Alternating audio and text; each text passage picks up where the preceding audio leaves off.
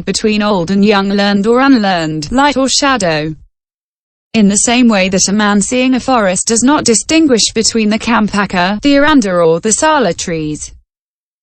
When you meditate on the samgha, avoid making distinctions between fools and saints. When Mahakashapa went forth from home, his garment was worth 100,000 gold pieces. Wishing to wear the lowly garb of a beggar, he sought for rags and tatters but found none. It is the same for the noble samgha. If one looked there for the lowliest field of merit, the donor would still be rewarded 100,000 times. What is more, the search would fail, for it cannot be found there. The samgha is a great sea, whose moral discipline is the shore. If an immoral monk were to be found there, he would end up by not being counted in the number of the monks, for the samgha is like the great ocean, which refuses the company of corpses. Hearing these words and seeing the magical pwer of the sramaneras, the danapati became frightened and his hair stood on end. Joining his palms together, he said to the sramaneras, "Holy ones, I confess my sin. I am but a common man and my mind is always following after sin. I have a small doubt and would like to question you." And he spoke this stanza. The great virtuous ones have broken through doubt and I have met them today. If I did not consult them, I would be the fool among fools. The sramaneras said, "If you wish to ask, then ask. We will answer according to what we have learned." The danapati asked, "Which is more meritorious, pure faith toward the jewel of the Buddha or pure faith toward the jewel of the samgha?" The sramaneras answered, "We see no difference between the jewel of the samgha and the jewel of the Buddha." Why? Udaya and Sundrika Sutta. The Buddha was begging his food one day in Sravasti. There was a Brahmin from the Polotache clan who lived there. Several times the Buddha went to his home to beg alms. The Brahmin had the following thought: why does this sramana come repeatedly as if he were a creditor? Then the Buddha spoke these stanzas. The seasonal rains always fall anew, the 5 grains always grow anew. The fields are cultivated always anew, the harvest is reaped always anew. One takes rebirth always anew, and one dies always anew. But since the noble Dharma is realized always anew, who therefore would be born or die always anew? Having heard these stanzas, the Brahmin thought, the Buddha is a great son who has completely understands my mind. Shamefully, he took the alms bowl, went back into his house, filled the bowl with excellent food and offered it to the Buddha. The Buddha did not accept it and said, "I am being given this food for having spoken a stanza. I will not eat it." The Brahmin asked, "To whom should I give this food?" The Buddha said, "I see nobody among gods and men who can digest this food. Take it and throw it on the ground somewhere where there are few plants or in the water where there are no insects." The Brahmin followed the Buddha's orders, took the food and threw it in the water where there were no insects. Immediately the water boiled. Smoke and fire came out as though red-hot iron had been plunged into it. Seeing this, the Brahmin was frightened and said, "It is extraordinary that the magical power contained in this food should be so great." He returned to the Buddha, bowed down before the Buddha's feet, confessed his sin, asked for the going forth and received the precepts. The Buddha said to him, "Good. Come." At that moment, the Brahmin's beard and hair fell off by themselves and he became a sramana.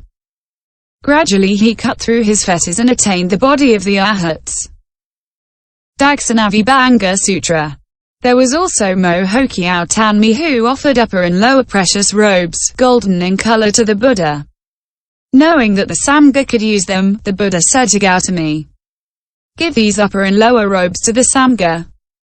This is why we know that the gift to the Buddha jewel and the gift to the samgha jewel are equally meritorious.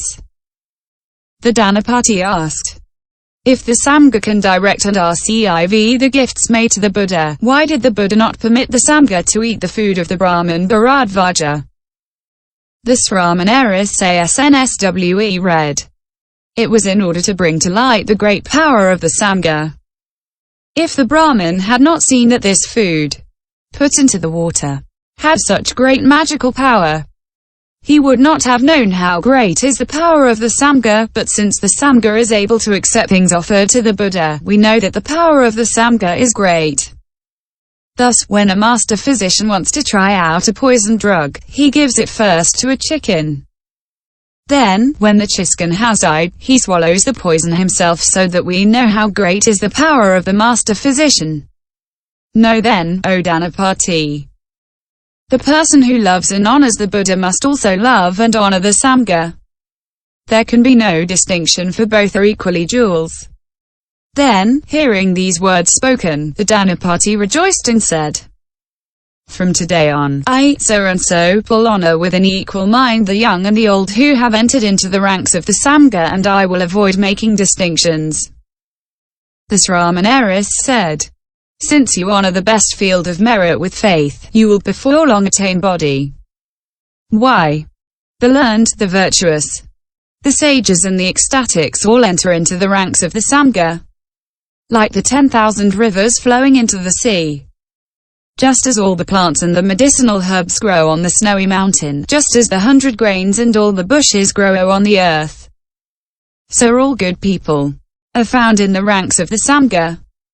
Go Samgha Sutra. Finally, have you not heard that one day the Buddha, speaking to Chang, the general of the Yaksis, praised the three good disciples Anilutu, Nantikia and Tche Milo?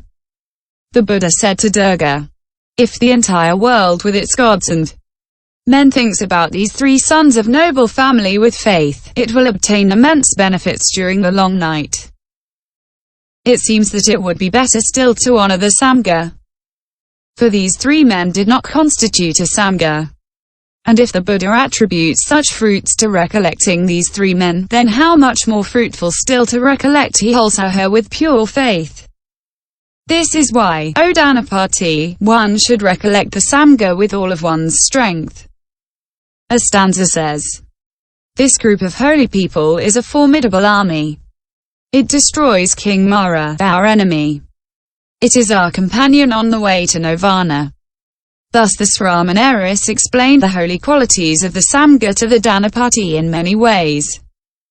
Having heard them, the danapati and his entire family, great and small, saw the Four Noble Truths and attained the fruit of sratapana. This is why the samgha should be recollected wholeheartedly. 4. Recollection of the moralities. 1. The various kinds of morality.